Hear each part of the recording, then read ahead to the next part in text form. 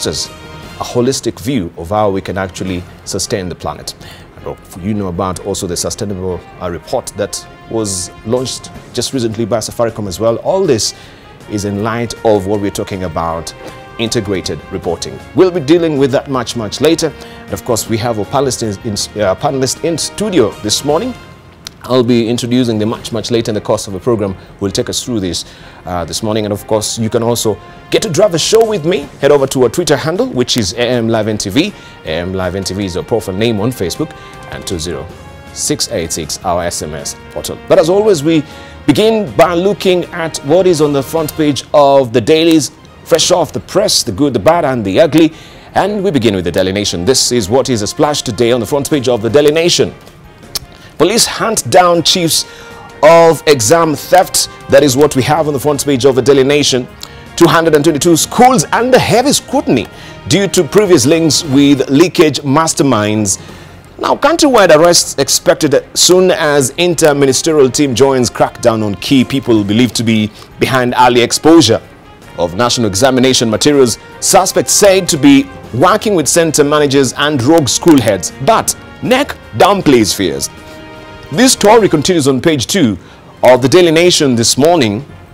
And they arrested so far at least 31 people suspected of involvement in examination irregularities have been arrested countrywide. They include 24 teachers, 4 policemen, a basher, and 2 photocopists. In Kisii, 17 suspects were arrested on Monday after they were found with copies of a chemistry exam paper that was being done at the time. Also, they were caught working out the answers in a house neighboring the school. That story, you have it on page 2 of the Daily Nation. Also, the Mugo story has been fixated on our media lately, and this is what is on the front page also of the Daily Nation today. Mugo might be rogue, but he's our son. In an interview with The Nation, parents of suspected quack Mugo Wairimo look back at the golden years of his childhood, his brilliance in school, his missed chance to join Mangu High School, and how his rockstar popularity in their sleepy Dagoretti village was ended by a television expose. You have this story continuing on page 4 of the Daily Nation today. And of course, the related picture there of Mrs. Simon Dichu and Mrs. Regina Wairimo, parents of on-the-run quack Mugo Wairimo, talking to The Nation at their Dagoretti home yesterday. That is a story on the front page of the Daily Nation. Also, can farmers to wait longer for 2.6 billion shillings? Agriculture Minister Mangi Kinjuri says all those claiming money from government millers must be audited first to weed out bands of crooks eyeing billions owed to legitimate farmers in Western Sugar Belt. That story tucked away on page 10 of the Daily Nation this morning. Hangover? Check that single malt. Substandard alcohol is now packaged in premium brand bottles, complete with KRA inspection stickers. Be warned. That story, you can follow it on page 9 of the Daily Nation this morning. The Standard is up next, and this is your splash today. Teenage pregnancy shocker. It's all about academia. Shocking revelation that 1 in every 5 school-going teenage girls get pregnant by the age of 20 has forced Education Cabinet Secretary Amina Mohammed to call for assessment of all the cases. And you have the story on page 4 of the Standard. Also a breakdown of the counties, how teenage pregnancy prevalence rate is, of course, spread out amongst the country and all the counties. And we have Narok leading on this with 40% and Muranga down there with 6%. And you can get all the details there also on, let me just give you that particular page, which is page 4 of the Standard. Also still on the front page of the Standard, MPs now demand 5-star hotel catering. It's all about lifestyle. The legislators have protested poor quality of food served in Parliament's cafeteria, and one services are outsourced from a 5-star hotel. That story, you have it inside the Standard today. The business segment of the Standard, all gas imports must be tested, orders regulator. According to Energy Regulatory Commission, all imported cooking gas will now be subjected to inspection before it retails in the local market. That story tucked away on page 39. You can follow. Also, Gor Mahia urged to take positives from their huge loss. Kogalo chased shadows from the better part of the night, with poor goalkeeping gifting Everton their second trophy in row. That story on page 55 of the Standard this morning. Want to lift up also quickly the People Daily this morning so that I can show you what is headlining also the front page of the People Daily. And plunder in the city is another report there from the Auditor General. Auditor General reports on financial year ending June 2017 details. One-ton siphoning of millions of shillings at tail end of Governor Kidero's administration. What the report says also, revenue collected, that figure is given there at 10.9 billion shillings, Nairobi County collection for year ending June 2017. Also, impulse spending, 1.3 billion shillings went to unbudgeted expenses. Maternal health, 158 million shillings, misappropriated funds for free maternity. Cash banked, 2.4 billion shillings, 8.5 billion was spent at source. Legal fees, 318 million shillings. Payment to various law firms. Parking fees, 13 million shillings. Lost to manual ticketing. That story also continues on page 2 of the People Daily this morning. Also still on the front page of the People Daily, not yet sweet news for Ken farmers. Owed 2.6 billion shillings. Growers will have to be vetted before National Treasury releases money due since 2014 for deliveries to public on the millers. This story continues on page 17 of the People Daily this morning. Let's see what we have on the front page of the Business Daily. And this is what you're waking up to, the front page of the Business Daily. Nigeria's Dangote in rest to buy trouble ARM cement. That is a splash today. And you can follow this story also on page 4 of the Business Daily. Africa's richest man, Aliko Dangote, says his company is targeting a cement maker with operations in Kenya, Tanzania, and Rwanda. A description that fits the Nairobi-based firm currently under administration.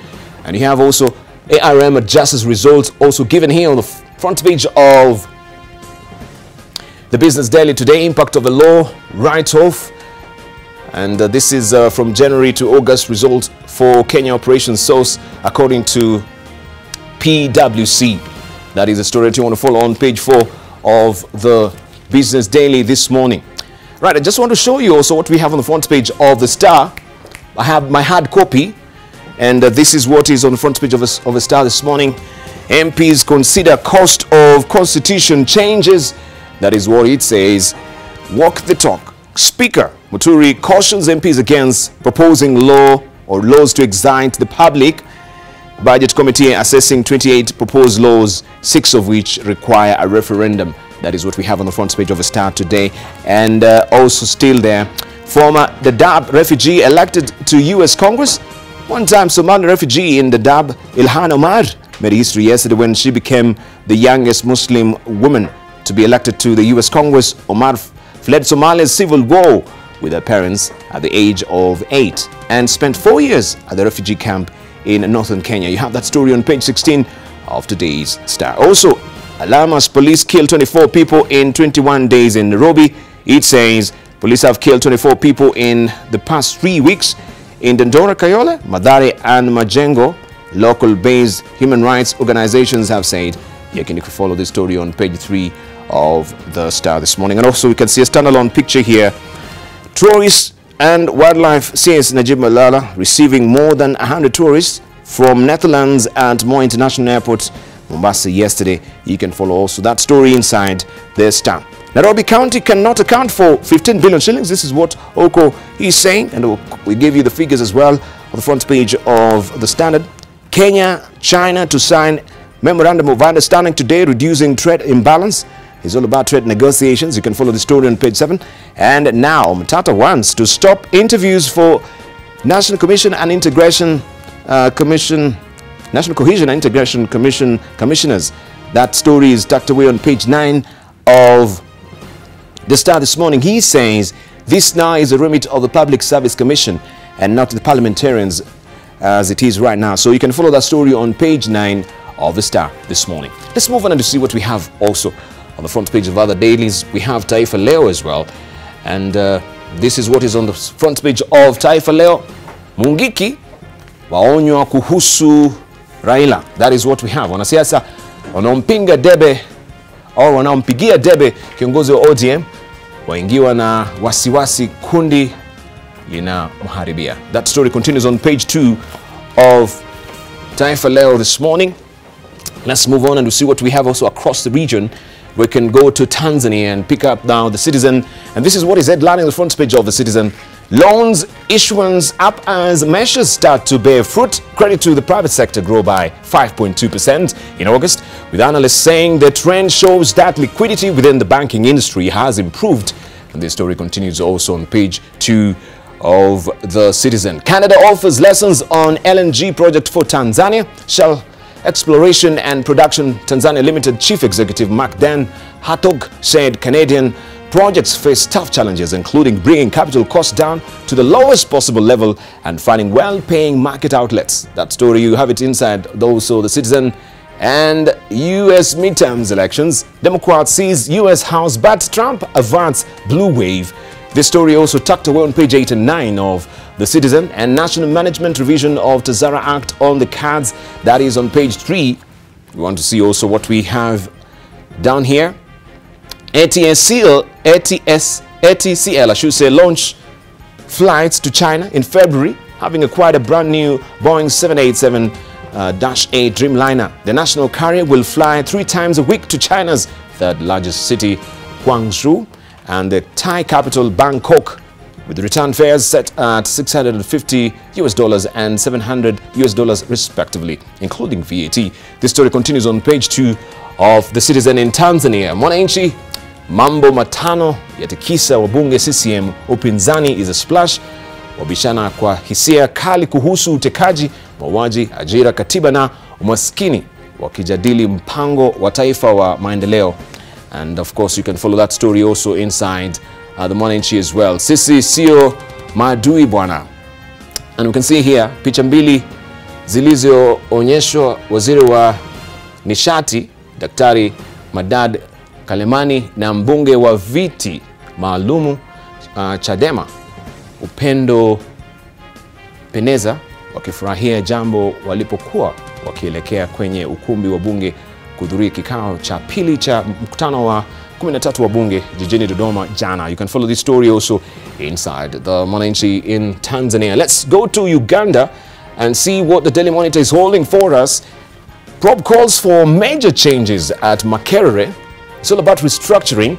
The July report, among others, calls for expansion of the dean's roles for superintending over academic affairs at a school to resource mobilization, budget oversights and strategic thinking at college level. That story on page 4 of the Daily Monitor. Also, Minister Kamia tours city slums. Kampala Affairs Minister Olive Beatty Kamia, seen here wearing a yellow dress, and other officials from the National Water and Sewerage Corporation tour Katanga slum in Wandegaya, Kawempe division in Kampala yesterday. This story also is tucked away on page 7 of the Daily Monitor. In Uganda, let's cross over to Rwanda. A number of primary 6 candidates up by 12%. The number of candidates who will sit the National Primary Leaving Examinations, PLE, has increased by up by 12% compared to last year. That story continues on page 5 of the New Times. And also 15 women to receive funding during Global Entrepreneurship Week. Page 17 is where you can follow that story. African scientists are closer to developing a malaria vaccine. Another good story there on page 19. Also on media, Rwanda marks Africa Information Day. Media High Council Executive Secretary Peacemaker Mbugi Ramihigo speaking on a panel discussion on University of Rwanda Professor, University of Rwanda Professor Eugene Dabaga and Swedish Embassy's Clement Kirenga Lukhon at the 10th African Information Day celebrations in Kigali yesterday.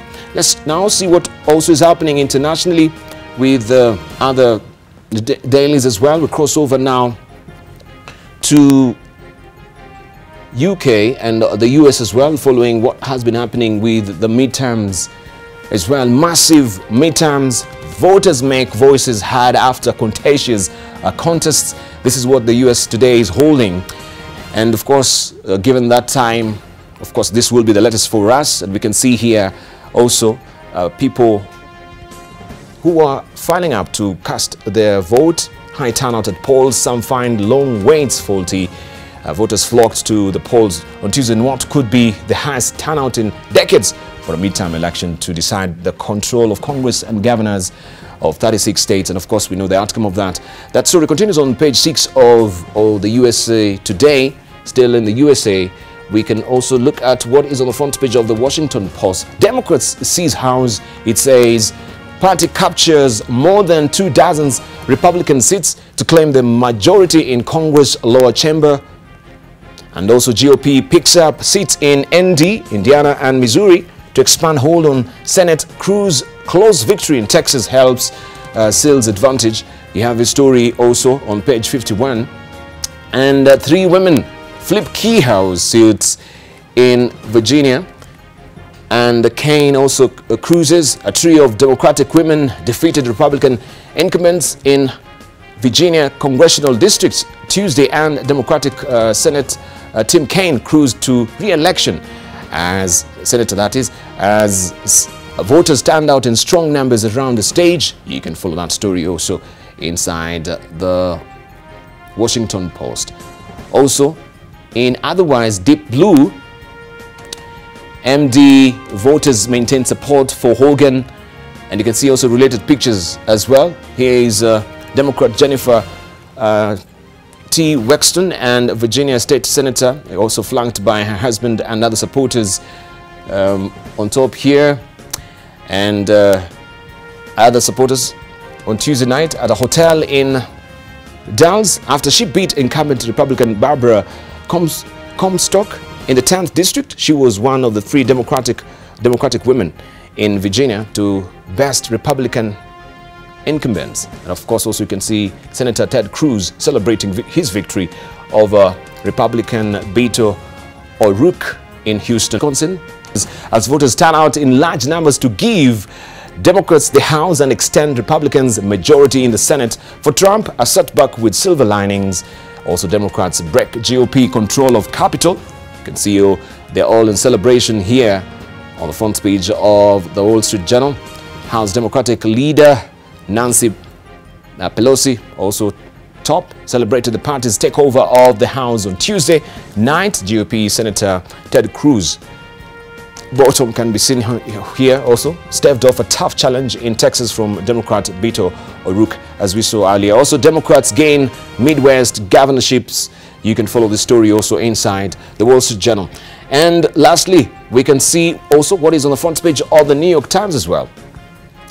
Right, that is what is on the front page of this, the New York Times. In tweets by Trump, echoes of the far-right extremist internet groups cheers president spreads their once fringe views. This is the international edition, not really capturing what is happening in America. Also, a nation still at odds. Men of Eastern Germany, aggrieved over losses, have fueled a political shift. You can follow that story inside the international New York Times as well. Let's see what we have also inside other magazines. We can begin with The Economist. This is the recent one. And America, why the midterms matter. This is what is on front page of Economist, the latest edition. Also want to show you also what is on the front page of the The Entrepreneur. This is in the UK. Give war widows pensions they deserve. Battle to end injustice for military families. And also British Star revealed as world's sexiest man. You can follow his story there. That is Idris. You can follow his story on page 13. Also, poignant images tell grim reality of World War I. You can see the pages on page 2 and 3, and we'll give you that story also much later in the course of the program. We want to see also what the Entrepreneur is holding for us. This is the latest magazine that you do have there. Today being Thursday, we always focus on what is happening in the market, and these are the 50 most daring entrepreneurs of 2018. They are actually tucked away inside the Entrepreneur, and why you should and shouldn't be liking Elon Musk. Right, daring lessons from him and also others. You can grab a copy of the Entrepreneur for these riveting stories as well. Let me see if there's anything I'm leaving out for you to see this morning. I think we've really captured a lot there. I want to show you also lastly what we have as the editorial cartoons that we have this morning. Let's see what, just drawing a blank there, but I want just to lift one of them there for you to see what he's holding for us. And this is what Munene has drawn for us. It's all about corruption, taxes, and the government. I'll leave it for you to decipher that. And I think that's the only editorial cartoon I have this morning. I'll show you also what Victor has drawn for us today. But those are the dailies for you. Make sure you grab a copy. Oh, I do have also these hard copies for you to see also. The latest of the African business, high stakes, gambling in Africa. This is what is on the front page of African Business. You may grab a copy of this as well. Also, the special report, IT and telecoms continue to boom, bridging the infrastructure deficit, and also features Turkish investment under threat, Kenya's tax squeeze meeting the demographic challenge. Also, there are interviews here. Ibrahim Mayaki, CEO NEPAD, Raza Hasnani, Africa 50, also inside the African Business. This is the latest edition. Also, we do have the New African, Russia's new push into Africa. You can follow this story also inside the New African, right? Also, Afro-Iranians on culture, vanishing Africa, health, and business heavyweights step into the breach. You can follow all the stories inside the New African, the latest edition as well. Right, let's just buckle down to our stories this morning. We begin here in Nairobi, where Nairobi County has the highest number of court cases involving quack health personnel and facilities such as clinics and pharmacies, according to Kenya Medical Practitioner and Dentist Board. In stepping up the fight against quack practitioners in the industry, the Kenya Medical Practitioners and Dentist Board has unveiled and issued a security code 20547 that will enable members of the public verify legitimate and illegitimate practitioners. NTV's Setholale also reports that the Health Practitioners Board is doubling its routine crackdown operation on unregistered health entities in the country. James Mugo Ndichu, alias Dr. Mugo Wawairimu, is among the 23 accused persons charged with various offences relating to operating clinics without a valid license and forgery. While most offences pertain making false documents and impersonation, James Mugo bears the most serious offence, rape. This is according to a list of 23 blacklisted individuals and facilities forwarded to the Inspector General of Police by the Kenya Medical Practitioners and Dentist Board in June 2017. We first of all arrested him in the beginning of 2015. That time he was operating a clinic in Kasarani area, and we took him to the police station. Apparently, he was released on cash bail, and the matter never progressed to the next level. Some of the offenders charged in court include Ronald Meli Kiprotich, accused of forgery and impersonation at Kibera Law Courts, Job Omosa Ratemo, charged with forgery in Nairobi, Joyce Nasitia, charged with forgery in Kisii, Gilbert Achachi Moseti, charged with operating a clinic without a valid license in Busia, Newton Otieno and Henry Njeru, jointly charged with operating a clinic without a valid license in Mombasa, Oduor Obono, charged with making a document without authority in Kisumu, Joyce Nduku and Mutisia, jointly charged with operating a medical clinic as a medical person not registered by KMPDB, among others. Nairobi County has the highest number of cases at 12, followed by Kisii, Kisumu and Mombasa respectively. The accused, if found guilty, will most likely evade prison due to the lenient penalties under the provisions of the KMPDB Act Cap 253. For instance, Section 19 of the KMPDB Act states that a person who willfully procures or attempts to procure himself or be registered or licensed by producing fraudulent representation or declaring either orally or in writing bears a fine not exceeding 3,000 shillings or imprisonment for a term not exceeding 12 months or both. Are proposing 5 million shillings so that if you are caught and you are a quack, you're not qualified, is 5 million shillings. The practitioners watchdog has also unveiled a security code number 20547 that outlines all the registered medics and health facilities in the country. KMPDB also announced that it will carry out a minimum of 2 raids every month targeting quack medics and health facilities such as dispensaries, clinics and pharmacies. The operations are currently ongoing in Isiolo County and will next move to Kajiado and Machakos counties. Seth Olale, NTV. Now, human rights groups have accused the police in Dandora, Huruma, Kayole and Mathare of extrajudicial killing of over 24 young men over the last 21 days. However, some residents have commended the police for the work they are doing, saying that the crime levels in the area demand a forceful response. Mtoto wangu alianza kuibanga kwa nyumba. Nikikuja na nikiingia kutoka kazi na kuja nakuta mtungi ya gasi hakuna. Sasa hiyo anapotea kama wiki mzima. Ilifika mahali ikafika ameanzia wizi wa kutumika, anapewa mabuduki anabeba. Mtoto imagine anapewa buduki anakuja nayo anaficha kwa nyumba yako. Na wewe ujui. Ukikaa polisi ndio hawa. Kijana vile amepigwa anakuja anaonyesha na buduki, mimi naye ndani. Kuna investigation za kutosha, hela wamepatiwa, modernization ya police force, kuna a lot of technology. Hatuwezi kuwa tuna ile jungle law ana kiwe ya kudealing with the criminals. Sasa unajua sisi ndio tumezaa, sisi ndio tumelea, ndio mashida ziko mingi, lakini unajua si atu shida ikiwa mingi, hata mimi nimelelewa na shida na si kuiba. Kuishi ni kuiba alafu uliwe uende tukakuzike. Wakati mtoto wako amekuja na simu ya touch na huyo mtoto hafanyagi kazi, ujamuuliza hiyo simu imetoka wapi? Sasa vijana wakakuja, wakanishika, wakaninyonga, wakachukua mmoja, wawili walikuwa na visu, mmoja alikuwa na pistol. More than 100 traders are counting losses after their stalls went down in flames in the dawn inferno that razed a section of Gikomba Market at Gorofani Majengo area. That is yesterday. Firefighters and the residents took over 10 hours to put out the fire. Despite the losses, residents and traders in Gikomba praise the Nairobi County Fire Brigade for the immediate response, which they say ensured the damages were minimized.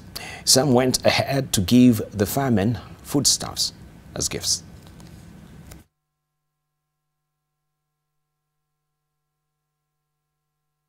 Jana watu waliangusha mizigo mingi sana hapa. Sasa hao ndio wamenusuriwa sana. Jumali yao yote imeishia hapa kwa moto. Wauzi wengine walikuwa wanabeba mabeli wakienda nazo. Na mimi sikuwa nayo haja. Mimi haja yangu ilikuwa nikuja nizime hii moto, nisaidiana hapa. Watu wa kuzima moto round hii wamejaribu sana. Hii moto ingechoma Gikomba yote. Tungeomba serikali na viongozi ya sawa hii soko washughulikie hili jambo, hata kama ni security ya usiku waangalie sana, kwa sababu chanzo cha moto ndio muhimu ambayo itaponya hii shida ya moto.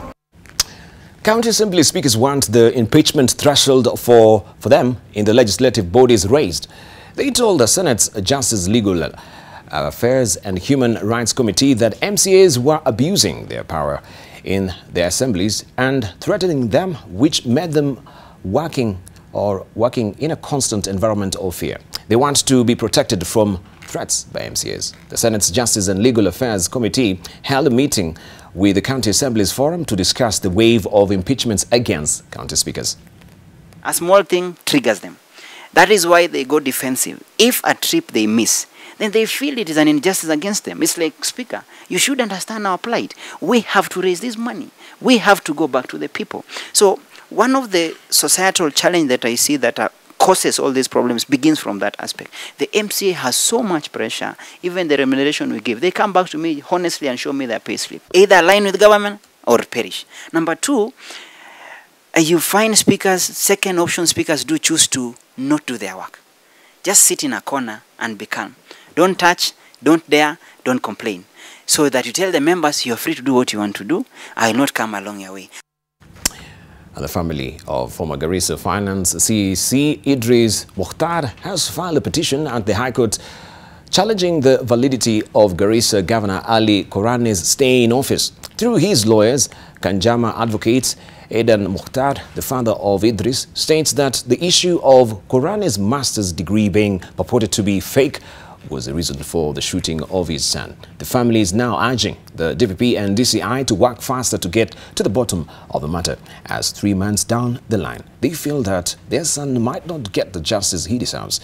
In their petition, the family is seeking that the court declares the Garissa governor's seat vacant or removal from office of the governor. Idris is currently in India, where he was flown on October the 10th. Disputing the MBA certificate, degree certificate that he used to be nominated by IEBC, and we're also disputing a few of his foreign degrees which we believe have not been authenticated by the Commission for University Education. So ultimately in our petition we are seeking the removal of Mr. Korane as the sitting governor of Garissa County. Our hopes of getting justice is fading, is almost diminishing. I am going to see my child. Tomorrow I am flying off Kenya and go to Mumbai to see him with a broken heart. There's no justice here. This petition will go to the High Court and we'll see if we can now get another justice from the judges.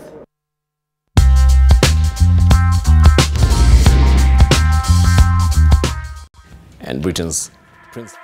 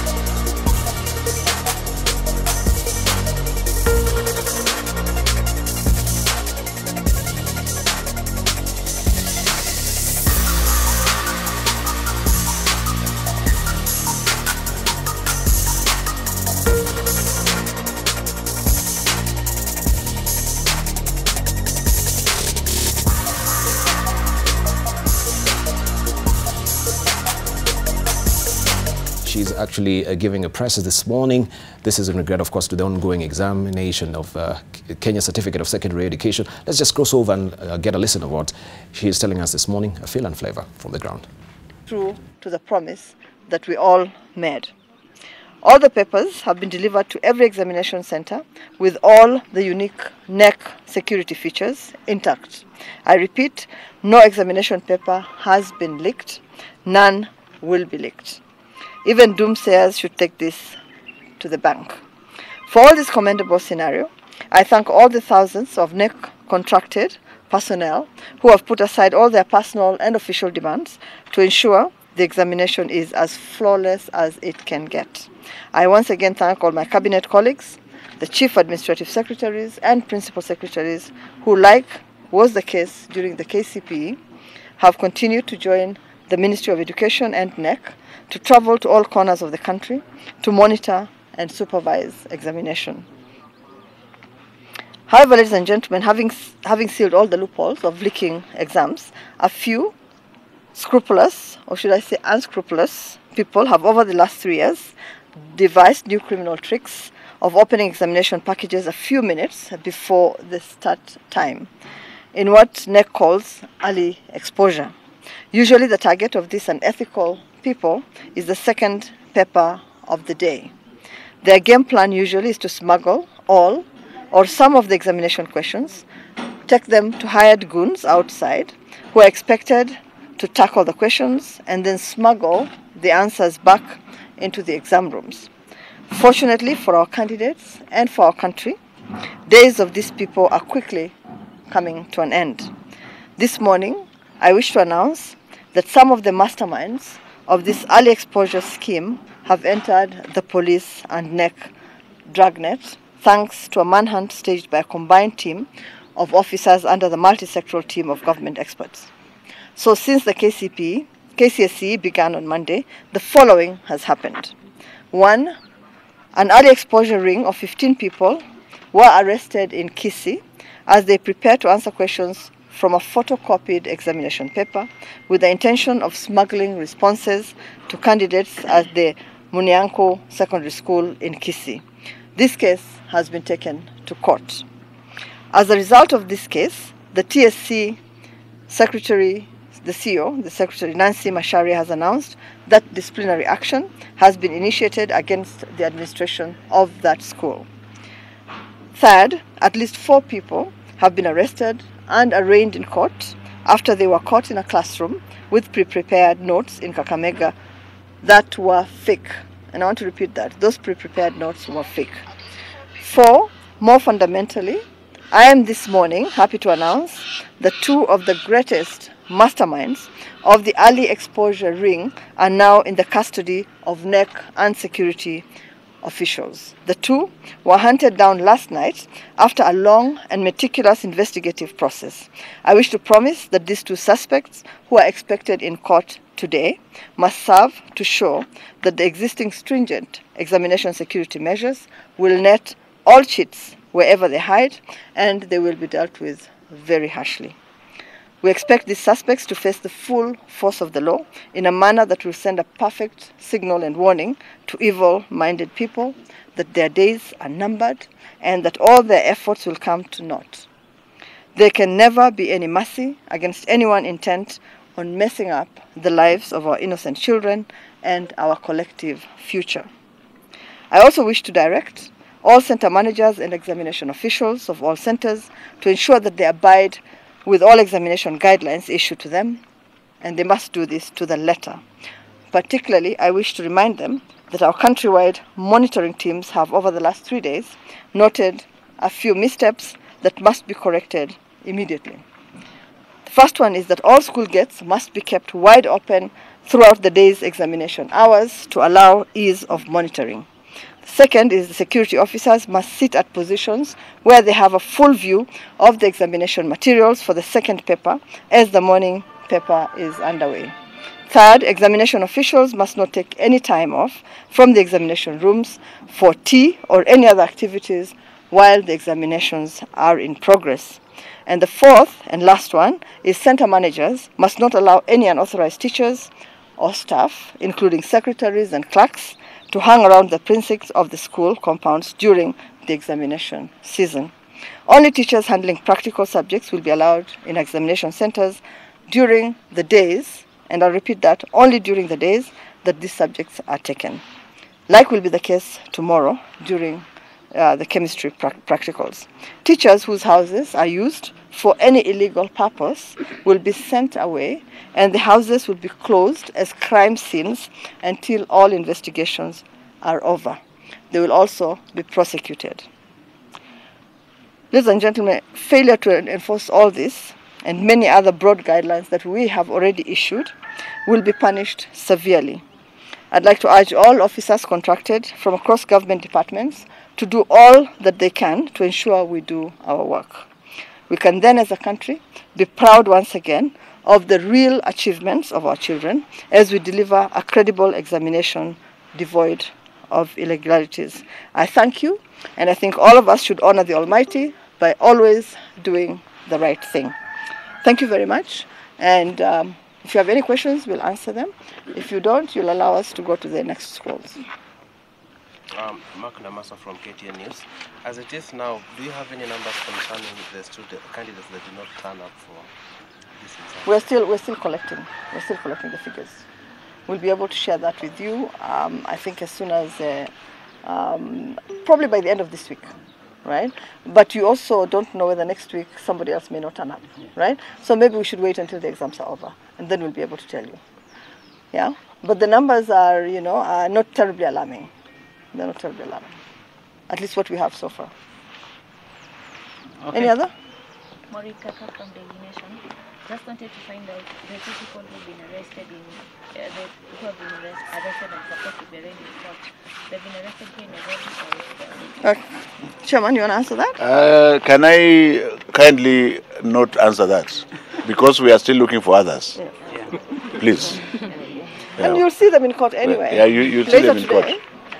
So and at court they will tell us where they were, arraigned and all that. That information will come out. It will be public information very soon. And they are the most critical people that we've been chasing around for the last 2 years. These are the people who have been leading the rings that are very dangerous, and it is good that they are now being apprehended. Yeah. Thank you very, very much. Thank you. Give you the answer. Jeopardize.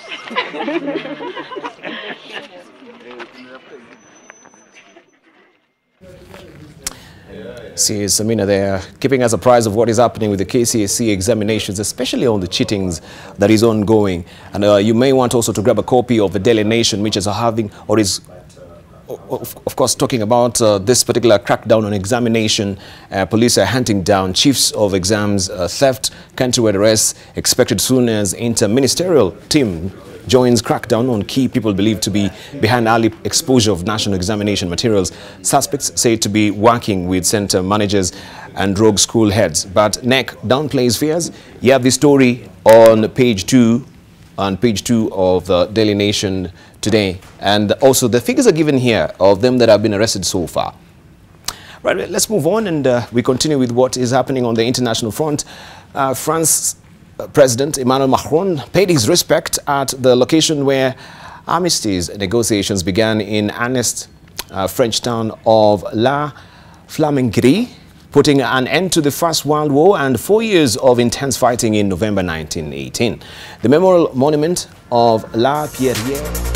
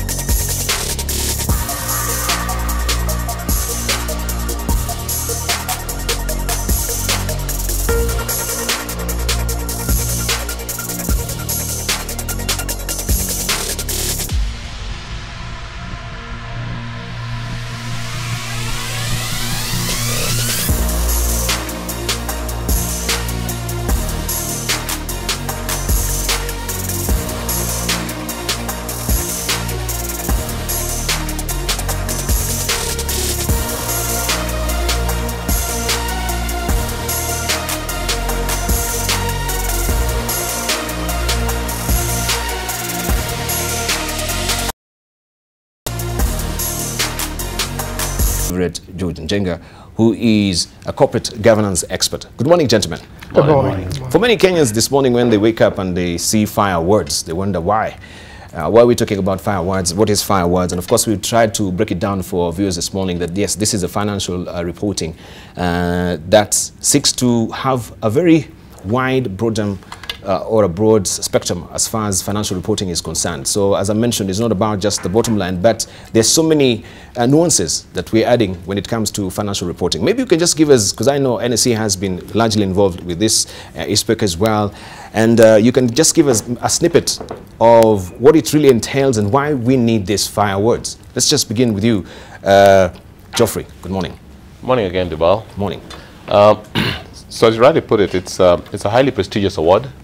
We are now at its 16th year, and it's a platform for really recognizing the best reporting firms, most so from the aspects of what we call triple bottom line reporting, which basically looks at issues around this economic, social, and governance aspects of the company's operations.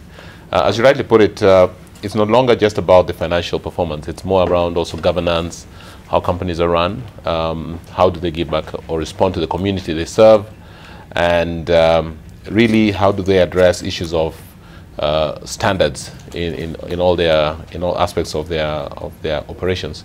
So it's a very very highly recognized platform. The more important thing about this award is just not the awards that we give the winners, but also the feedback we give every entry that makes an application on areas of improvement, and how to ensure that you continuously provide information that is required by the investors and the public. All right, and you could tell us also, Nebat, what are some of these nuances? Of course, he's talked about the triple bottom line reporting, but you can expand for us as well. You've carried out this particular awards for the last 16 good years. What has been maybe some of the highlights, the learning points, the high spots from this particular event? Or the awards? Thank you, Rida. The Fire Award, actually, as my colleague has said, is a prestigious award. And when we look at the Fire Award, which is a financial reporting excellence, this year we have a theme to leverage improved financial reporting and corporate governance for economic growth and development within the East Africa. So what we are looking at is when you're doing the evaluation, we look at how have you complied with the financial reporting standards, the auditing standards. As you are aware that Kenya as a country, we adopted international standards in the year 2001, and we participate in the formation of these particular standards, and therefore we require our entities in the country and in the region to apply these standards. As we look at these standards, is that at layman's language, is that the number that has been reported is actually true. It is the actual number. The investor should be able to rely on and make good decisions. So we've expanded it a little bit, just not the standards, but also looking at governance. How do you look at governance?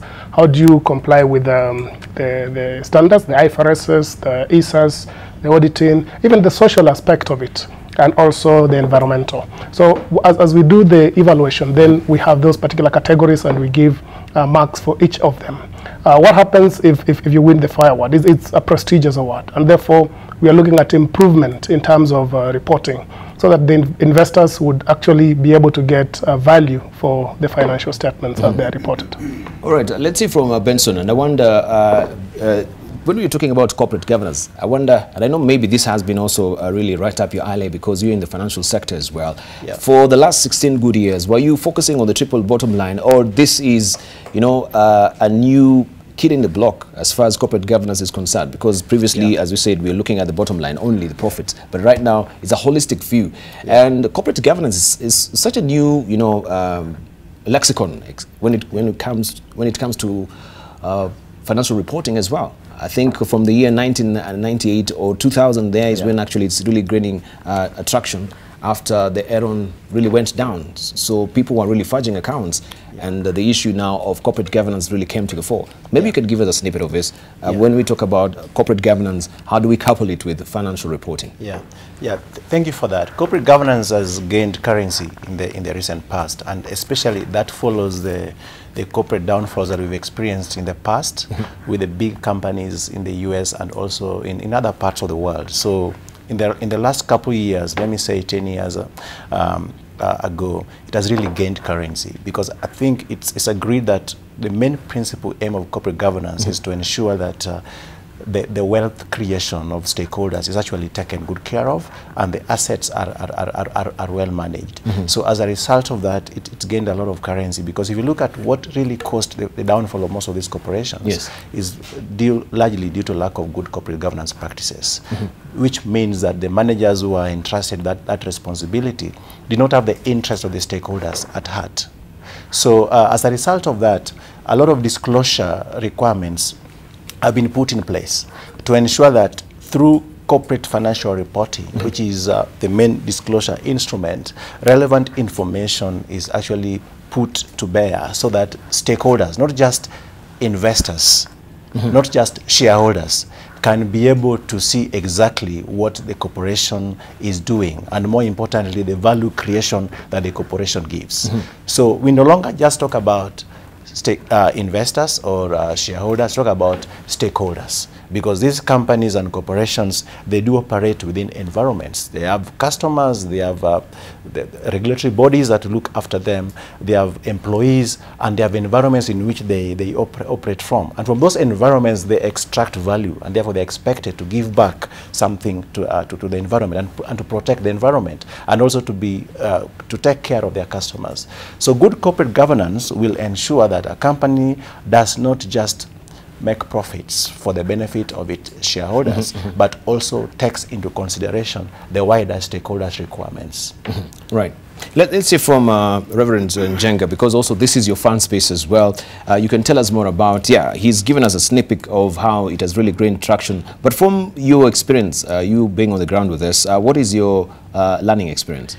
Well, thank you, Ainia, for that. My take on corporate governance is about leadership. And leadership basically is influence.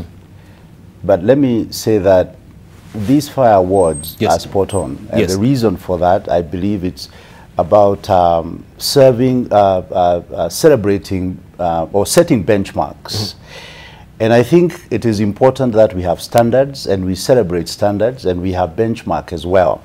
So looking for those who are doing well and those who are leading the way is spot on, and rewarding that, celebrating them is absolutely important. But coming back to my earlier point, the leadership really is about influence. And the question that comes to my mind is, okay, we've been doing this for the last 17 years, and it's not only the only way.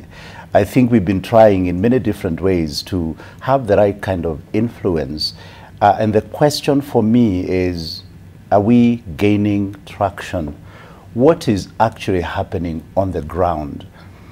And from where I sit, I think we are not doing very well, because even though we know the standards, are they influencing our behavior? If you look at the dailies today, plunder in the city, 150 state accountants moved in graft, police hand down chiefs exam theft. We seem not to really be gaining traction. And I would want us to reach a point where we don't create this paradox of being seen to be doing very well when it comes to written work and reports and the things which we have done, to actually influencing the people themselves and seeing the difference in the way we behave, the way we move things. So that is my main concern. Is that we seem to have a gap, and a big gap, between what we say and the standards we set and the way we live. Right. And of course, we want to question why the dissonance. That if we have these particular financial instruments, why aren't we seeing maybe a robust also, corporate governance, being espoused by most of the firms. Looking at what is on the front page of a Business Daily, this is just maybe highlighting what we're talking about. We can see where ARM right now is, ARM Cement, and Nigeria's Dangote is in a race to buy trouble ARM Cement. Africa's richest man, Aliko Dangote, says his company is targeting a cement maker with operations in Kenya, Tanzania and Rwanda, a description that fits the Nairobi-based firm currently under administration. And we know there were attempts even from Aliko Dangote previously to actually gain traction in Kenya, establish his firm, but he was frustrated because of a dead hand of bureaucracy and also issues of corruption, right, in the country. When we're talking about corporate governance, and we have ARM, which is a listed company, Joffrey, why are we seeing the demise of ARM right now? Why are we seeing the demise of Nakumatt? Why are we seeing the demise of Uchumi as well? We have the corporate governance that has been running for all these years. Yes, we have the financial excellence awards, but when it comes to now the reality on the ground, Reverend Jenga says there is a dissonance. So why do we have all these different kettle of fish all together?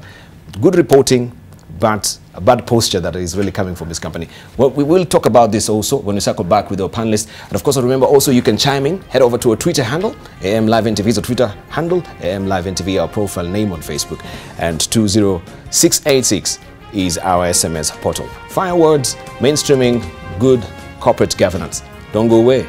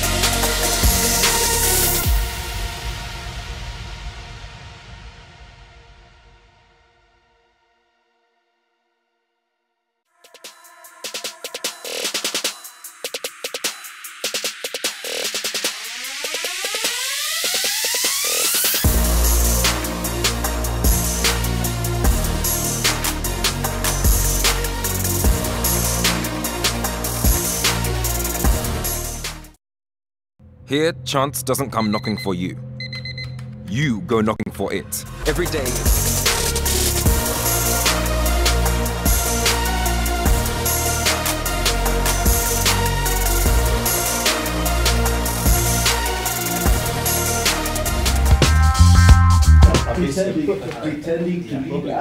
Right. Welcome back. We're still holding court with our panelists here this morning, and we're discussing Financial Reporting Award, mainstreaming corporate governance. And before we took a short break, of course, we were discussing how corporate governance is pivotal, especially when it comes to financial reporting. Over the years, it's really gaining traction. And it is not about just the bottom line, it is about the triple bottom line today, the people, the planet, and the profit as well. And I'm holding court this morning with CPA Nebat Avutswa, who's the Chief Manager, Professional Services Division of ISPAC, Institute of Certified Public Accountants of Kenya. Also, we do have with us Reverend Geoffrey Jenga, who's a corporate governance expert and professional accredited mediator as well. We do have with us Benson Okundi, who is a partner at the PricewaterhouseCoopers and also is a director there. We have Geoffrey Odundo, who is the Chief Executive Officer of Nairobi Securities Exchange. And we continue pace with the conversation. Remember also you can join us on Twitter. I am Live NTV is a Twitter handle. I am Live NTV is a profile name on Facebook, and 205-2686 is our SMS portal. 20505 was the old one. But before we took a short break, we showed you what is a splash on the front page of a Business Daily. And this is just highlighting also what corporate governance is all about. If you may look at the front page of a Business Daily, the demise of ARM right now. Nigeria's Dangote is in a race now to buy troubled ARM cement. Africa's richest man, Aliko Dangote, says his company is targeting a cement maker with operations in Kenya, Tanzania, and Rwanda, a description that fits the Nairobi-based firm currently under administration. And I highlighted that earlier that also he was actually seeking to gain entrance in this market before, but he was frustrated because of a dead hand of bureaucracy and also corruption. But, Geoffrey, this has been on your radar, ARM. Did you see this coming? We've been talking about Nakumatt before. Everyone was shocked that a big company like Nakumatt is no more because of issues of malpractice, corporate governance issues, but on paper, on reporting, things were looking up. Dibao, allow me to speak about listed companies. I wouldn't be able to comment on Nakumatt because it's not a listed company. It is not a listed company. So I think one of the things that, and one of the things why we encourage companies to get onto the NSE platform is the ability for investors to see, to have a clear picture about the company, right from your operational governance, financial position. So the ability for a lot of information being availed provides investors with a good opportunity to make a decision whether to acquire a business or not. And a case for ARM, as you rightly put it, we have not received any formal communication or any indication about the Dangote offer or if Dangote intends to take. But even that being the case, that probably positions us to say that it makes Nakumatt really an investable asset, because if an investor can see an opportunity, he has actually seen an opportunity to invest in a company like ARM, and he thinks it's viable, he thinks he can turn it around, then that means the company is in a stage of recovery and not in a stage of remedial or liquidation. Quite the opposite. If the company's information was not easily available and is put under liquidation, then you would really not know what happened. So I think the fact that companies are able to disclose more about their operations, it holds management to account more. You're able to understand the business model.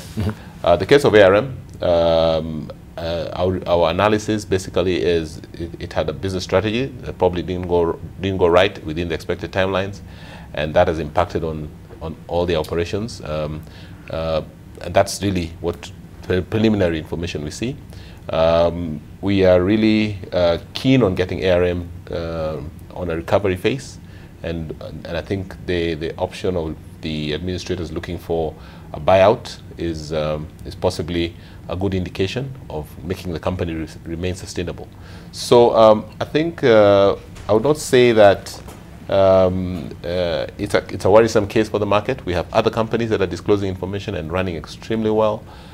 We believe that the more companies embrace reportings of integrated reporting, sustainable reporting, these companies stand a very good chance of long-term survival.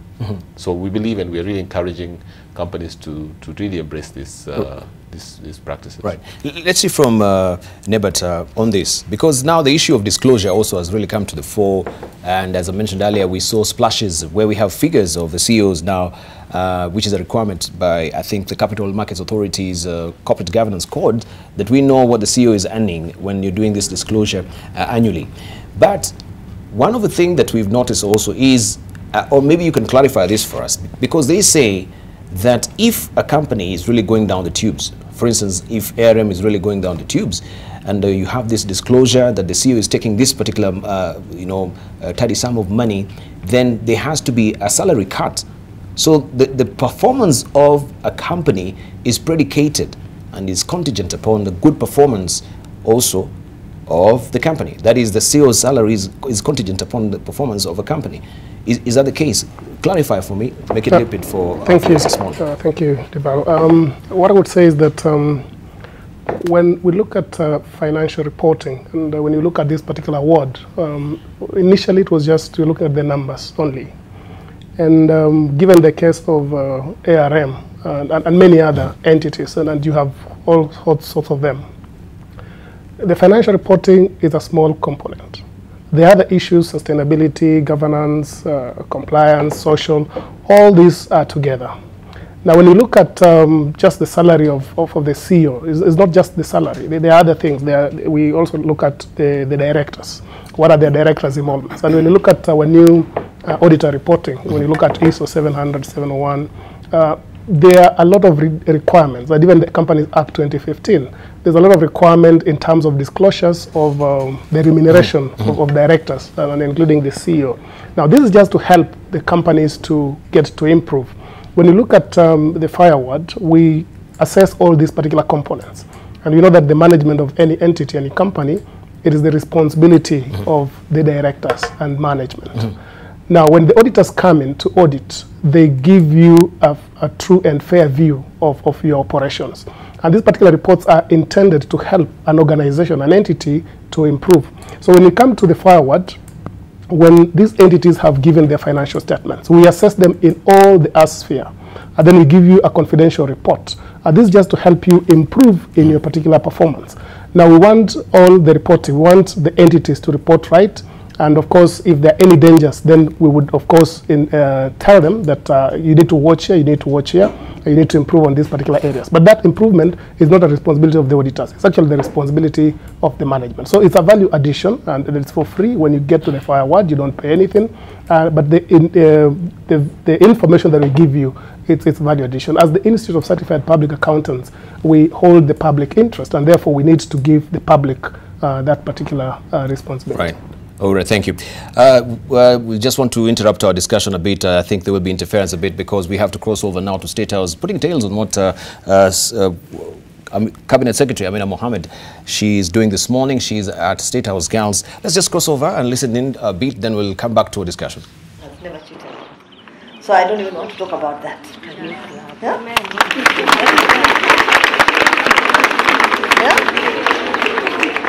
So I tell you, if anybody wants to see what the future looks like, this is what it looks like. Amen. Yeah? Amen.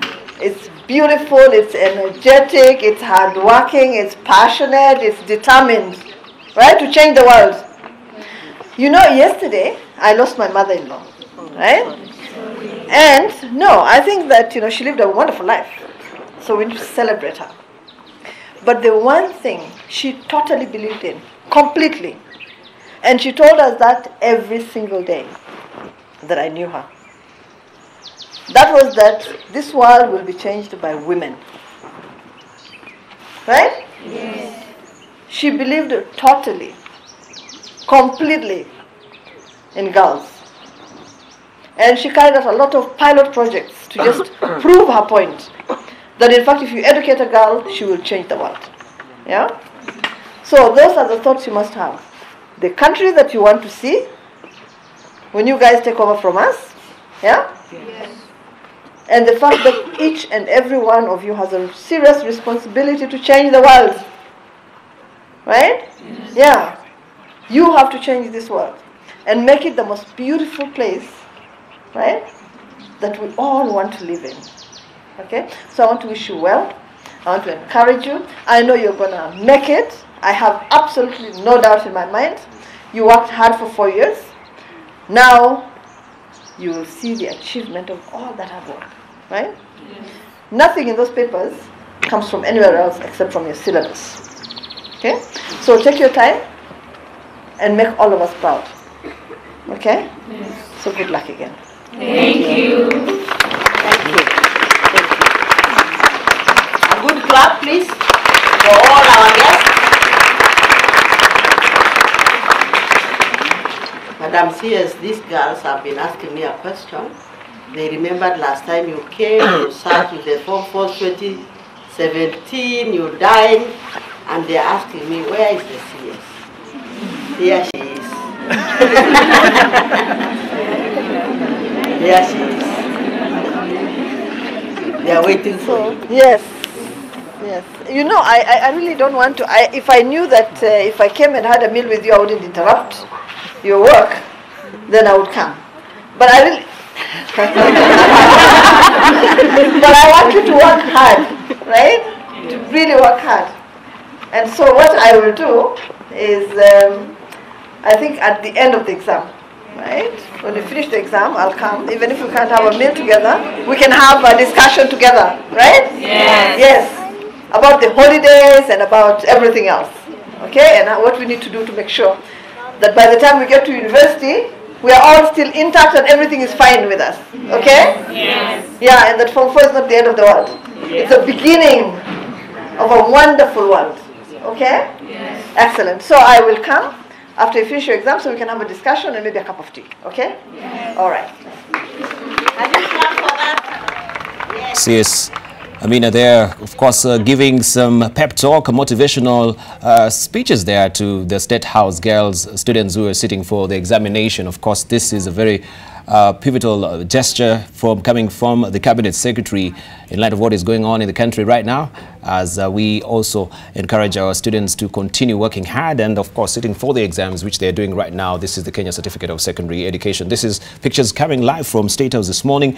Earlier on, also, we had her speaking from Timol in Langata, just also giving us a very, or maybe giving us and keeping us apprised as far as the security of the examination is concerned, the cheatings, standing warnings to them that are perpetrators of this heinous act as our students are sitting for exams. But we continue the conversation apace here with our panelists, and I hope they've not lost the track of flow this morning. Yeah, we're still on corporate governance, even though, yeah, and you mentioned what we have on the dailies as well, police hunt down chiefs of exam theft. All these encapsulate what we're really talking about this morning, corporate governance, not only just in the listed companies, but even from the public sector, which NEC is one of them. How are they managing corporate governance? If we have leakages and we have officials within government who are doing or who are actually exacerbating, aiding and abetting this evils act of leaking exams, we have the Mwongozo Code, which espouses also good governance as well from the public sector.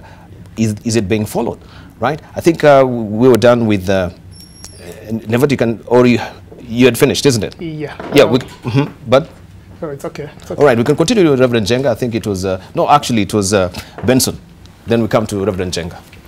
Yeah, you ask a very important question around the disclosure of the remuneration of the CEOs. Yes. And Nabat went ahead even to explain that it's not just the CEOs but the directors as well.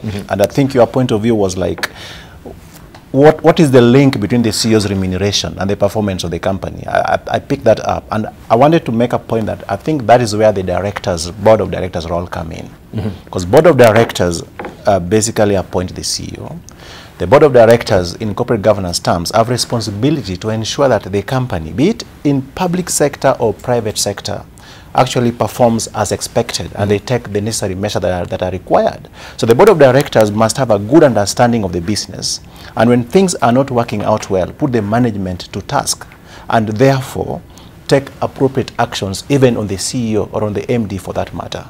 So appointment of the board of directors is extremely important. We need boards that have a good understanding of the business in different dimensions, the environment in which the business operates, the core business functions, financial management, auditing, and risk. But I think the bottom line to all this is actually setting the tone at the top. That is the leadership. And that cuts across not just private sector to public sector as well. And I must say that I'm happy with the fire word to the extent that we are seeing a number of public sector entities are now coming into the race. In the past, it was mainly the private sector entities, where the trading companies and listed companies and all that. But now we've seen county governments, some of them already entering into the race. We are seeing ministries, departments, and agencies entering into the race. And that means that the understanding or the importance of financial reporting in the context of corporate governance is gaining currency, not just at the private sector, but also the public sector. But leadership at the top, wherever we are, be it in public sector, private sector, setting that appropriate tone is extremely important. We might be talking about financial reporting, but if you don't show good leadership at the top to ensure that all other ethical values are incorporated, we will not go far. But the issue of the salary, that is where now I need to get clarity. Do you need to, if your company is not performing, it's really going down, does the code require of you also to have a salary cut? I think that was a bit of an ambiguity that we've never been given any clarification on this as far as the corporate governance code is concerned from the Capital Markets Authority. Any of you can actually tell us? Yeah, Dr. Njenga, it's your turn. It's actually your turn. We'll come to you. My point was, if these awards are celebrating people who are succeeding in actual fact, they're spot on, because I think we must accept that there are people who are doing the right things. And people who are doing the right things must be celebrated. One of the problems I have with the media in this country, it is not news unless it's bad news. And I think there's a lot that is going on, which is right, that we can celebrate. And therefore, if the award is to celebrate those people who are doing well, fine. However, I think it is too small a drop in the ocean because the reality on the ground does not seem to suggest very strongly that our education, our certificates, our exposure is having a definite impact in the society today, not with all these headlines that you see. And the question is, are we really developing, growing a hollow nation? A nation without values. I don't really mind reading the statistics and reading the reports, but what do I get at the end of the day? Are we improving this country? Are we moving it forward? Do we see the corruption index going down? In all these companies which have done badly, some of them failed completely, we have accountants, qualified accountants. Where are they? What exactly do they do? We have people at the top leading. What exactly do they do? So I'm asking, are we developing a hollow nation? A nation that has no values, a nation that doesn't care about integrity. If the police would be called to guard exams so that they are not stolen and sold out, who is buying exams and who are they being sold to? If I buy an exam for my son, what exactly am I telling him? What exactly do I want to see happen at the end of the day? And I can have as many good documents as I want on the file, wherever I might be, but what impact is it going to have? Now, my proposition, therefore, is we've got to sit back, celebrate those who are doing well, and ask ourselves hard questions. Where are we taking this country? Are we just looking at certificates? The fire award, I will take a certificate and put it in my office, and everybody else will. But what difference does it make in this country? And I said, those who are doing well, let's celebrate them, but I think we don't have enough of those. We don't have enough of those. Right. Let's get clarity and on the salaries. Contingent upon the performance of a company, should I take a salary cut if my company is not performing well? Is that predicated in the corporate governance code? Thank you. Thank you very much. I think what I want to say is that in terms of the remuneration of the CEO and the directors, this is a responsibility of management. And therefore, management would set salaries and remuneration of the CEO according to the performance of a company. As we look at the fire award and the financial reporting, we want to say that as accountants, and Njenga said that, Reverend Njenga said that the accountants in all this. Now, when you look at the reports from the accountants, from the auditors, I think most of the time they're taken on the face value. The entities that you've talked about, when you look at the opinion of the auditor, and if you look at the management letter, and if you look at a report on NOCLA, non-compliance with laws and regulations, these reports goes to the governance. Now it is up to the entity's governance structure to use these particular reports to be able to structure the entity in determining the remuneration of the CEO and remuneration of the management. But most of the time, these reports are given by the auditors. These reports are given by the accountants. But sometimes they don't see the light of day. And that is the governance structure that we are talking about. Now, the fire award, we're just looking at the numbers only. Have the numbers been reported correctly? And we found that to be okay. But have they added value? And now we've added in the aspects of governance, we've added in the aspects of social responsibility and environmental, integrated reporting, so as just to make it more broad. I want to say that there has been a lot of improvement in terms of reporting. When we started the fire award 17 years ago, we just had about 20 entities. As we speak today, the year 2018, we have 503 entities. And a huge chunk of it, over 408 entities, are coming from the public sector, and about 95 from the private sector. So we get to see a lot of improvement in this. And the more we do this, the more we'll be able to help the public, the more the public will be able to be accountable to the public. Right. Geoffrey Udundo. Thanks, Deval. I'd like, first of all, to applaud our listed companies who have embraced the ability of disclosing even the CEO and the director's remuneration. One, because it just expresses that high level of openness. I know there were great headlines about who's earning what, I mean the bonuses, etc. Yes, yes. But that's, if you look at the performance of the businesses that those CEOs are running, they're actually performing. And I think it should cut both ways, that when the company is not performing, then there should be an equal measure of cutback or freeze on some of these benefits. We at the NSC embraced that in 2016 when there was a profit warning on the company. We took a freeze just to respond to the realities that you can't award yourself bonuses and salary increments when you've not performed well. Yes. So it should cut both ways, because today the appraisal of a CEO should be based on your financials, it should be based on your strategy, and it should be based on what the risk and the control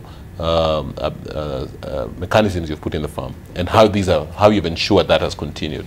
So we encourage that this should be a very, very important way of running the company. Investors should be able to assess those three parameters, and it all calls about setting the tone at the top. The other issue around governance, which I thought is important, I appreciate what the Reverend has talked about leadership. It's very, very important that the tone at the top is set right, and it's cut across the whole organization, but more so also embracing diversity at the board level, encouraging diversity from the gender, from skill sets, and other aspects of diversity, so that you don't have what you call a common think a set of people who cannot question. We have been encouraging a lot of the role of the independent directors to come out strongly, so that they can question some of these decisions being taken, because you're there without an interest. So we believe, as long as those are the key things that we want to encourage and drive at board level, and hold boards to account, so that companies do not are not skewed overly to a dominant management or to a dominant board, but there should be a fusion of both, just for the benefit of all stakeholders. Right. Allow me to just piggyback on that particular aspect of disclosure of the CEO's salaries as well.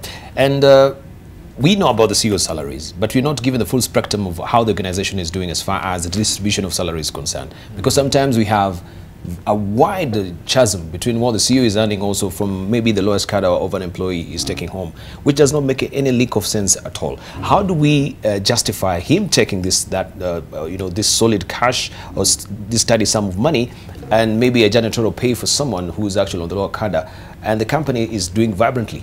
I mean, how does the whole code really captures this and try to maybe streamline it? I think it calls about what's the company's remuneration policy. I mean, you must first of all benchmark it to the best standards, see what the top organizations are doing. I believe if you look at the the level of responsibility determines your level of remuneration. And it has to be very equitably distributed so that it doesn't create a high level of skewness on one side. I think very good organizations have been able to sort of narrow those gaps based on the levels of responsibility, right, even at entry level. You find that at entry level it's not the basic minimum but a high amount. So it's really how you structure your remuneration policy.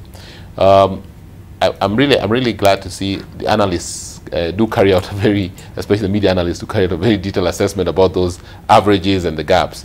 And I expect companies to respond to those queries now going forward. Yeah. Right. Let's say from Benson, we'll come to you, Dr. Yeah. I mean, the preserve of the remuneration obviously will be set up by the management, and the CEO, as I said earlier on, the board is responsible for that. So I think the board need to take very critical role in looking at the CEO's performance, again in tandem with the performance of the company. And I want to point out specifically the Audit and Risk Committee of the board, extremely important. What we have seen in the recent past is where the chair of that committee may not have the requisite experience and skills to be able to drive it. Not in all cases do we come across instances where the chair of the board and audit committee have the requisite skills. But there is increased awareness that we need to have people that have skills and understand the operations of the company and are able to put the management to task to be able to help the companies achieve their objectives. So having a good board, a board that understands the business in its entirety, a board that is independent from the management, a board that puts the management through the CEO to task, is likely to address most of these issues we are seeing in the corporate in the corporate world. And not just in private sector, but also in public sector as well. Right. Let's hear from Nebat. Nebat, on the issues of salaries. Thank you. I think the issue of salaries, it's been well explained. And when you look at the issue of salaries, ideally it depends on the entity, it depends on the remuneration within that particular entity, and obviously there are certain salary scales. So this is not in any way captured with the corporate governance code? It's not captured in any standards. But when you're looking at the corporate governance, then we say that why is it not? What the firm is making should be able to sustain. I mean, the staff, the CEO and the team should be able to generate enough to pay the staff.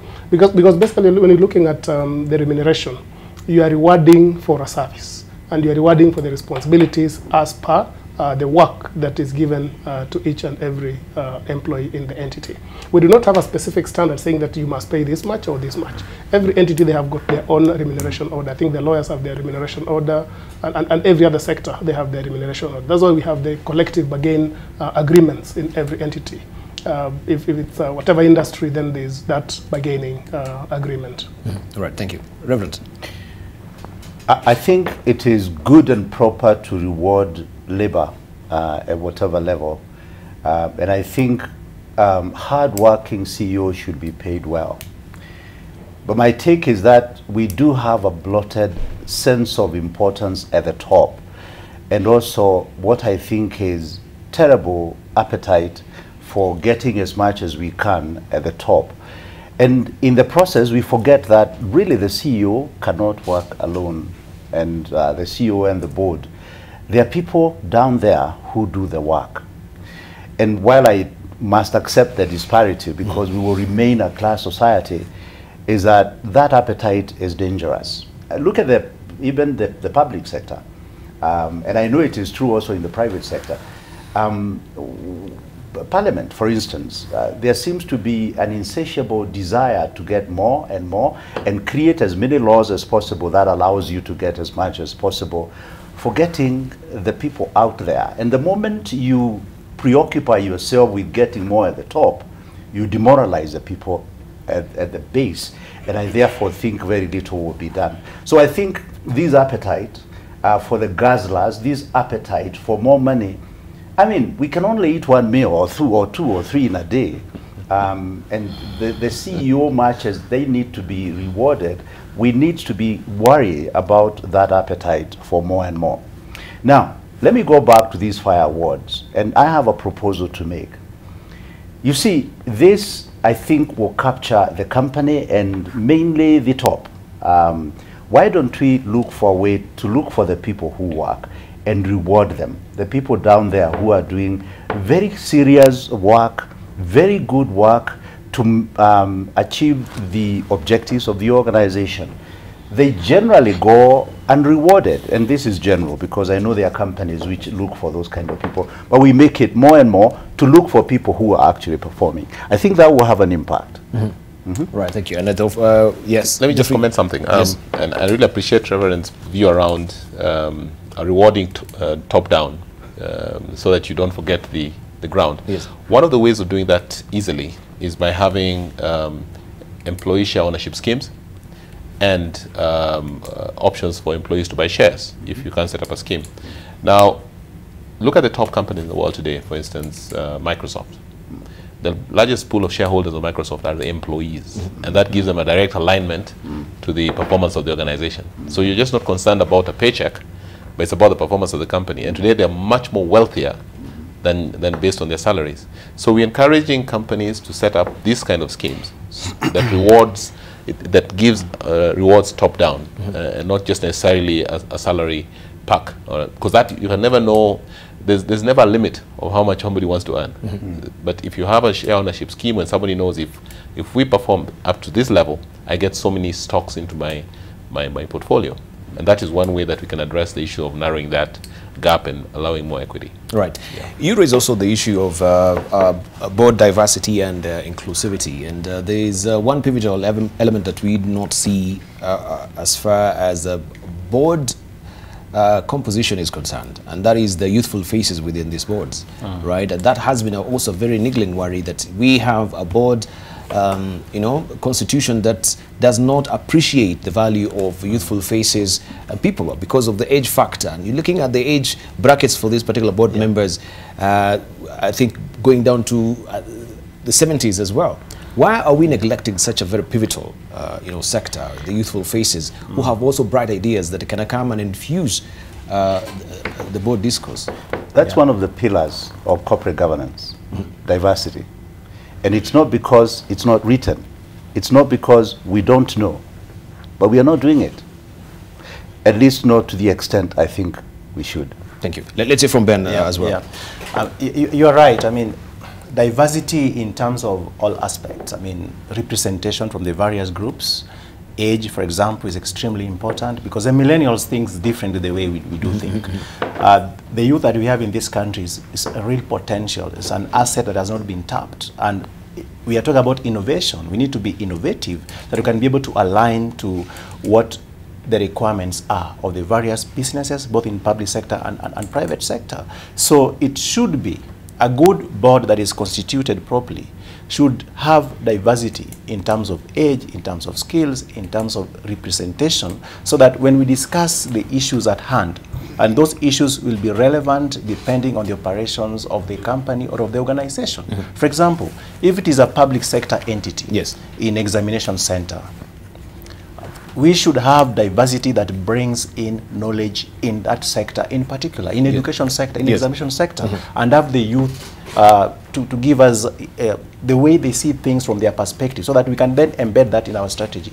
But I think where we get it wrong is sometimes the appointing authorities, and specifically for public sector entities, we do not start with the end in mind. And the end in mind should be the ultimate benefit to the stakeholders that particular entity represents. We start by rewarding other things that are not important. Like, for example, we want to reward either loyalty, or we want to reward people that might have not succeeded in their political careers, and therefore we find it easier to throw them into those boards. So if we start with the end in mind, and ask ourselves a fundamental question. Why does this entity exist in the first place? If it's a public sector entity, it exists to provide services to the citizens. We should be citizen-centric, and therefore now work backwards and ensure that we fill in those positions accordingly. I think we'll be able to see a big difference. Mwongozo Code was a good initiative, yes, especially for the state corporations and the public sector entities. And we've seen a very good developments coming up around governance and board composition, but we are not there yet. I think we've got quite a long way to go to ensure that we fully implement the Mwongozo Code. Right. So I think my recommendation would be, whether private sector or public sector, let's always start with the end in mind. And the end in mind will entail, what are we there for? What is the purpose? And then start filling it up backwards to ensure that we have the right people at the right places. Right. Especially the board composition in the public sector. Why will these seats remain to be, political gifts for people who maybe did not make any political, expediency during the elections, and then they were defeated, but you'll be appointed as chair? Is there a way we can try and address this? That yes, it has to be on merit, not because you're a political loser. Then you should be maybe mollified with a board position. And of course, this remains to be the remit maybe of the executive to appoint this. How does also in the public sector, you mentioned the Mwongozo Code, how can this be addressed? That this should be on merit, not as a political gift. Maybe let me just go. I could probably comment on one thing. That's why we're encouraging state-owned enterprises to be listed on the exchange, because then you're compelled to have a particular board structure, and hence even that means you're not only looking at, even if you're bringing somebody you think as a political lineage, it has to be, they have to have the right skill to be appointed to that position, and it's just not picking anybody, and that's how one way that we can actually fast track the proper structure of these organizations. Over and above that, I do agree that, and as Kundia said, the issue around embracing a diversity on the board, we encourage this. We run a program under the sustainability programs of the NSC to encourage board diversity, and we look at all those aspects. And the public sector, being a key stakeholder now of these FIRE awards, are actually also embracing some of these thoughts that because it's a score that we also carry out during the evaluation process. So we believe this will be a start of a journey, and I think going along, it should be embraced going forward. Right. We can actually also discuss a bit of the boys' club syndrome. Women on board are not equally represented, and this has been, because we want to keep the club being a boys' club. I don't know what you have to say in that line, Nebat. Thank you, Dibao. When we look at the board of directors, the board of entities, and this is well captured in FIRE award, the section on governance and on board. These are some of the things that we look at. If you look at the results of 2017, we had a lot of many entities just having the men in terms of the board. When we gave our feedback to the entities, we've seen a little improvement. And as we give this feedback, we advise. And of course, looking at the Constitution, the 2/3 rule, we encourage entities just to be able to comply with the gender in terms of board composition. So going forward and going by the number of entities that we are attracting the FIRE award, we are getting to see some improvement on this. And very soon then we should be able to get to that gender balance. All right, Reverend Jenga, you wanted to weigh in a bit on that? Yes, I think the accent in most of the discourse in these things is we should. I think we need to move away from we should to must be done. And somebody has to do what needs to be done. I have no doubt in my mind that most of our problems are not because we don't know. I think we have lots of information in this country. We have very well trained people in this country. But I think as a people, we have to accept that the Traffic Act is there to guide us, and we will respect it. The powers that have been given to us as leaders are given to help us, and therefore we take action. So what I'm looking for really is not a lot of book knowledge, it's not a lot of certificate, it's not a lot of all these good things. I'm looking for one person who will say, I'll make a difference, and then I have 2, and then I have 3, and then I have 4. That, I believe, is where we ought to be. We ought to move away from should.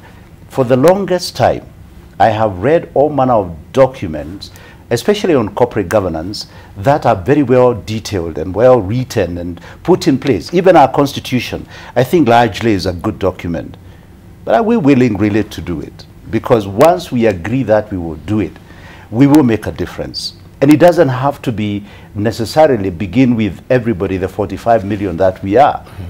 But we begin to create a critical mass. And I really think these awards are important because they are bringing people who are of the same mind together. But we must go beyond the awards. We must go beyond the certificates. We must go beyond we should to where we are actually doing it. Thank you. Thank you. Lastly, as we're also giving our closing remarks, Safaricom, I think they're really fast out of the gate to come out with their sustainability report. And this is all in the spirit of integrated reporting as well. Should we pick up also the tab on this? And why aren't we having other firms coming up with a sustainability report aside from the annual, firms reports? So I think this is a good development. In fact, we now have 5 firms that are issuing sustainability reports. Some are doing the second or third sustainability reports because it actually has a direct correlation with the performance of the business as well. Now, it's something that we're encouraging. In the last financial year, I think well over 10 companies have done integrated reports, which basically is a good precursor to doing a sustainability report. Okay. So investors are really pushing for this. They're demanding for this, especially institutional investors. So companies listed on exchange, most of them have commenced this process. And we should be seeing more and more coming through. Thank you. It also just explains the ability of a company being very open, running a very open and transparent business. Right. Lastly, Nebert, just give us also the dates of these Fire Awards. Last year we had Samia picking up, the trophy. What are some of the metrics you're using briefly to give, that award to Samia? Very briefly. Thank you very much. I think, I agree with you. Yeah, indeed, Samia got the award last year. And we look at all the aspects of the award. What we do is we do a technical evaluation. It goes through a 3-stage evaluation. We have the first evaluation, the first level, the Fire Award, where the reviewer would look at the governance, would look at the compliance with the reporting standards, the auditing standards, the social aspect, the environmental, and give the award. Normally we start with 200 marks and we go by subtraction if you have not met the requirement in that particular field. Then after that it goes to the second level, who is an independent person. Again, they look at that and they evaluate independently. And then it goes to the third level where we have the chief judge. We are still maintaining the same chief judge, FCPA Dr. Jim McPhee, who is our chief judge, and Joe Gishuhi. They would then now pick from the very refined entities and be able to pick the very first award. So the marks are given, and there's always a scientific way of doing it. We have a scientific tool of doing this particular award. And once the marks have been given, then you are given the award. This year's Fire Award will be held on the 15th day of November 2018 at Safari Park during the conference. Then during the gala dinner, we'll have it at Carnival Restaurant from 6 p.m. We are honored to have the chair of the Council of Governors, Honorable Nanok, to be our guest speaker during the conference. And we are also honored to have CPA Obadia Biraro from Rwanda, who will be our guest during the dinner. As you appreciate that this is an East Africa Fire Award, and therefore we have the representation from the Eastern Africa region. Thank you very much, Mr. Nebert. Finally, also let's hear from Benson, your closing remarks. Briefly, how are we doing on that front of corporate governance? Yeah, I think financial reporting excellence is just one aspect of the corporate governance. It's a step in the right direction. But corporate governance is quite wide. As I think it begins by asking ourselves a fundamental question: that are we really being stakeholders? Are we really adding value to stakeholders? Are we protecting stakeholders' interest and assets to that extent? And the responsibility is on each and every one of us. I think the leadership should set the tone at the top, but individually where we find ourselves in private sector, public sector, we need to take responsibility for that enhanced value to stakeholders who rely on us. Thank you very much. Finally, Reverend Geoffrey Njenga. I want to say this: we have a good country and we have a good base. If I can put it this way, we have the hardware in place, whether you are talking about infrastructure, whether we are talking about the training of personnel and setting up of companies, we have the hardware in place. I think what Kenyans need to work on, and quickly for that matter, is a software which begins with a person. What kind of a person do I want to be? What kind of a leader do I want to be in this country? And if we are able to unravel that one and solve the problem with the software, thank you. Nobody can do better than us. Thank you. Thank you very much. I want to appreciate you all this morning. Reverend Geoffrey Njenga, who is a corporate governance expert and a professional accredited mediator. Thank you for coming through. Also, CPA Nebert Avutswa, Chief Manager, Professional Services Division, Institute of Certified Public Accountants of Kenya. Thank you for coming through this morning. Also, CEO of Nairobi Security Exchange. This is Geoffrey Udundo. Thank you for coming through this morning. We really appreciate. Also, Benson Okundi, who is a partner at the PricewaterhouseCoopers and also director there. Thank you for coming through this morning and that cogent discussion we just had, mainstreaming corporate governance in Kenya. Lastly, as we're winding up, we have Governor The Dreamer saying we have powerful potential in our youth and we must have the courage to change all ideas and practices so that we may direct the power toward good ends. Also, we have Jacob Abere Mtalala saying corporate governance today have a lot of gaps in private and public services. Today have no clear salary cuts. Financial reports are vague. Poor back to community social responsibilities. High corruption index in management. And also Samuel Orutua is saying the constitution may make it possible for prime suspect of murder, mega corruption scandals and other high-profile cases for dignitaries to resume their high-profile offices, but it is demanding to the families of the victims and entire public. And also Sunday Enoch is saying, I'm watching live from Mavoko, Machakos County. Thank you. We appreciate you, Sunday. Thank you for your valid campaign as well. Let's try and make sure we mainstream corporate governance in all our endeavors with our companies. My name is Dibala Nea. Living with This is up next.